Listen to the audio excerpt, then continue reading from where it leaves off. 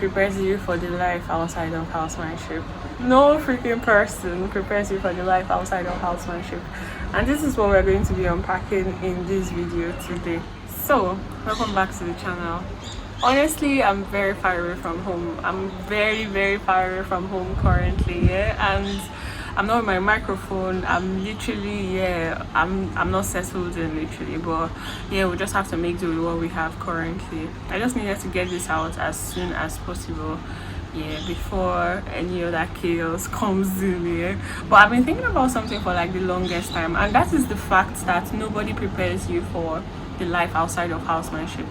So I made a video earlier about if you're not planning, you're literally failing, and how it is important to start planning your next step, whether you want to drop out after house job, whether you want to do a little private practice, whether you want to immediately start residency, whatever it is that you want to do outside of house job.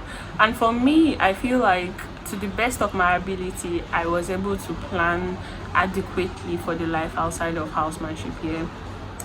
But you can never be fully or 100% prepared for the life outside of housemanship, and that is for a fact, honestly, yeah. Except maybe you're writing examination. If you want to go the route of writing examination, or if you want to go the route of doing residency, fine. I feel like that's a more fixed plan, yeah, for you. So either you lock yourself indoors and study for the examinations, or yeah, you just literally begin your residency. But for those that want to do a little private practice before maybe doing their NYSC or whatnot, yeah, that's a different ball game entirely. But any kind of preparation is better than no preparation at all, if you get what I mean. If there's a particular place you want to go work before NYSC, or if there's a particular place you want to work before you start or while you're preparing for your examination, if you have it fixed and all,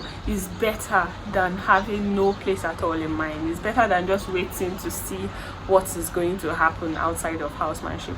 And no pressure, it's not a competition, it's not nothing. So just do it at your own time, do it literally at your own time. But there's something I've got to figure out working as a medical officer outside of training, literally, yeah, working as an MO, literally working in private practice. I've come to understand that there is a big hole that the public healthcare system literally has not been able to cover, and the hole is usually very large, yeah. They are trying to cover for it. The government is literally trying, but I know that there's also a huge role being played by the private practitioners, like people that own private facilities, the NGOs and all whatnot. There is a large hole that they are also filling, and I feel like they're doing a very commendable job, honestly. A lot of private practitioners, they are literally going way and above for their patients, and for they're trying to give them the best possible care that is available to them, and I commend them for that English language. Do you get? But then I want to understand how those private facilities that are being run by people that are not medical officers, or people that are not in the medical field, literally, how does it work? Do you get? Like, how does it freaking work? I'm saying this after working for only 3 months literally outside of house job, and I have been so literally flabbergasted. I don't even know the word to even use. How does it freaking work? I know some organizations or some facilities will have like a medical director just for the name, and then have somebody else that calls the shots for whatever reason, maybe to maximize profit. What's happening today? To maximize profit or whatnot. And I remember working as a house officer back then in FMC Umaya, and I got to start thinking, or I got to, like, some kind of cases you would have, yeah, you would start asking yourself, what kind of private hospital did you take this patient to? Like the damage a lot of private facilities have done that the federal hospitals are trying, or the tertiary facilities are trying to cover up for, or are trying to make up for, is really, really alarming.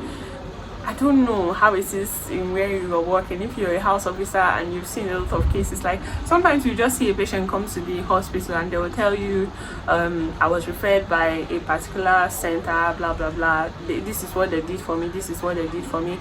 And to you, and that patient stayed for the longest time in those facilities before coming to the tertiary hospital. Sometimes they come literally very late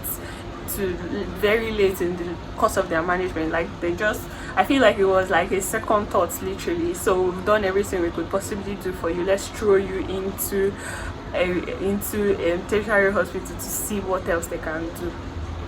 And that is, to me, really terrible. If you have a private facility and you know that you're not equipped to handle a particular situation, instead of putting the patient in a very dire situation, why not just literally refer this patient? Or better still, make your facility the top of the top, like make your facility highly equipped to manage those cases. And then when you've done whatever it is you can be able to do and the patient is still in good condition, fine, you can now refer for maybe a second opinion or whatever. Not to see a particular case that you know your facility is not built to manage and it's an emergency situation, and you just try to stitch up, to patch up just to maybe see how much you can be able to collect from the patient, and then later still end up sending the patient out for, in quotes, expert management. It is like we are literally joking with the life of patients in a lot of centers, and it's crazy. It's honestly crazy to even think about. Honestly, I remember working during house job, and I would see some cases and I would be so bitter.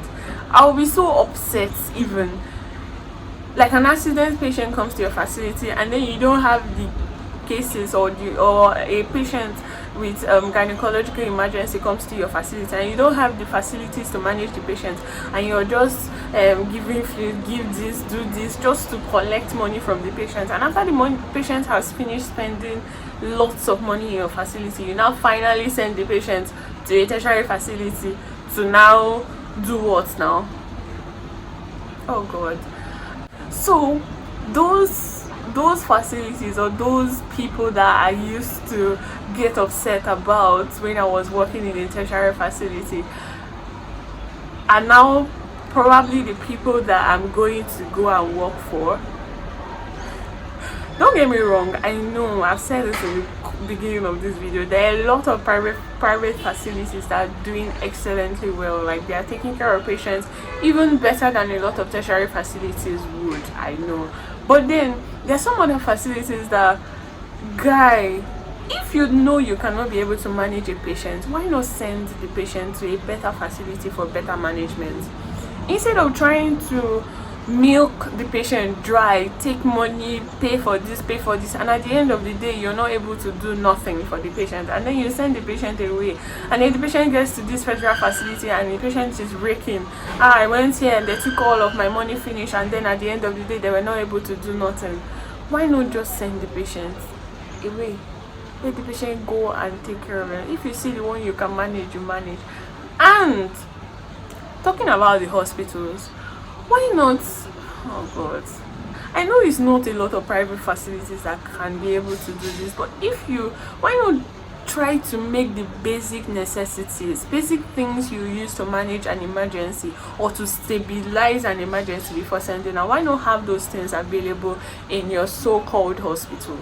And mind you, hospital is not about aesthetic, it's not about, because I go on social media now, and especially on Instagram, I think it's like a competition or something.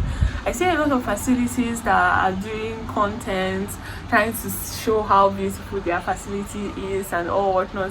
And when you enter the facility, they don't even have shit to use and manage emergencies. Like what? So what are we coming to your facility to do exactly? Like what exactly are we coming to your facility to do? Do you get me? Honestly, I've been meaning to say this, and like the whole experience, the whole thing just hits me. Like, so these people carry you into their hospitals, give you the assurance, order for tests that are not even necessary, and then at the end of the day collect huge amount of money from you and then ship you off to a tertiary facility, maybe start doing something, and then at the end of the day they're not able to, and then ship you off to a tertiary facility for whatever it is that they can do, let it be done to you. Honestly, that is a very terrible practice if you ask me. I don't know, maybe I may be wrong. Tell me what you think.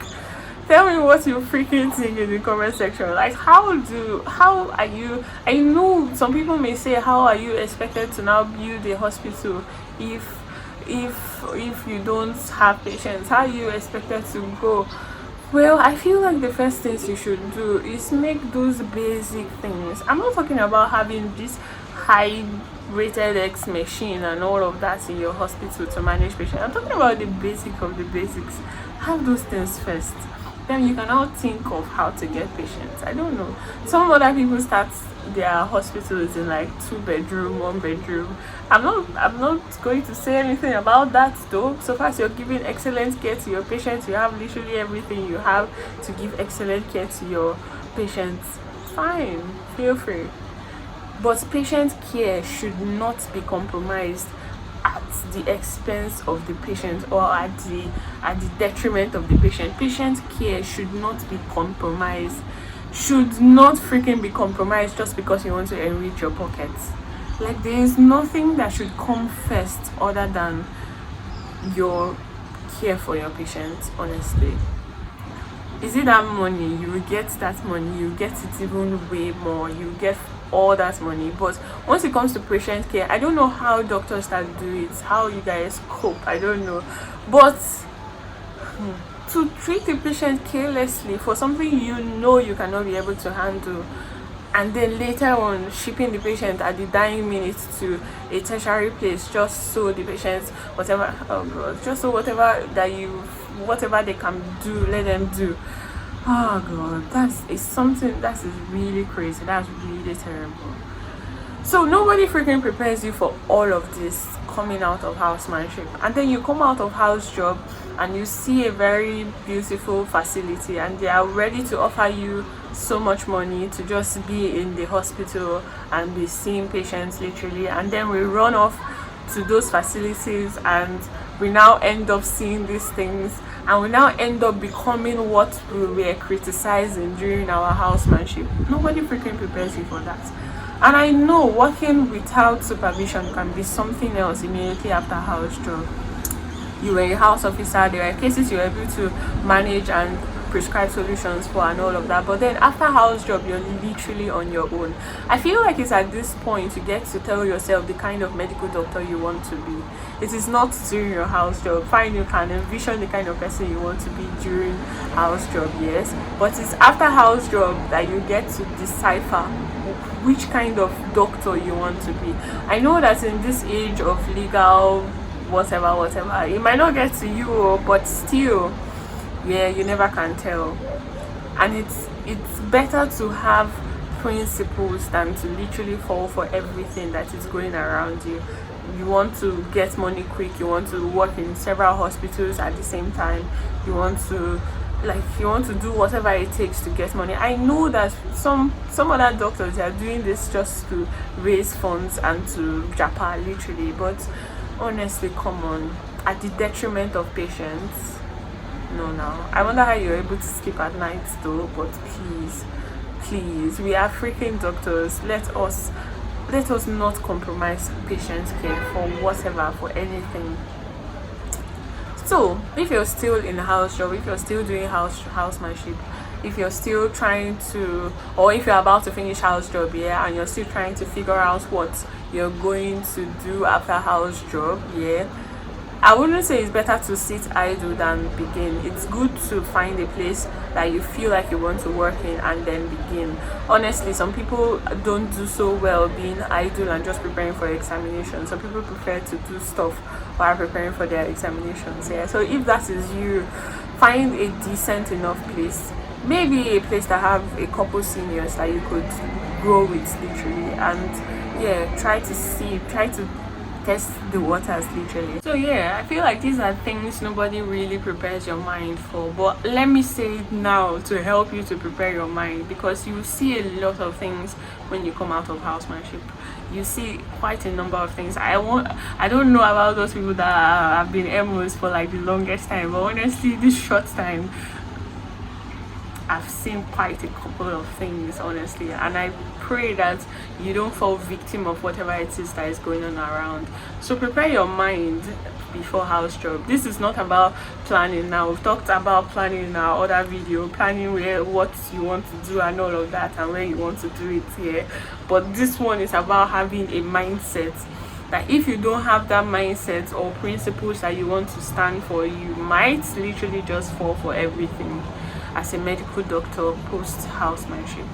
So yeah, I think that's that for this video. Honestly, I'm hopeful before next week we're going to literally be back home and yeah, get back to the groove of things literally. So thank you guys for watching. If you're yet to subscribe to this channel, do it, subscribe, yeah, and I'm going to catch you guys in the next video. Peace.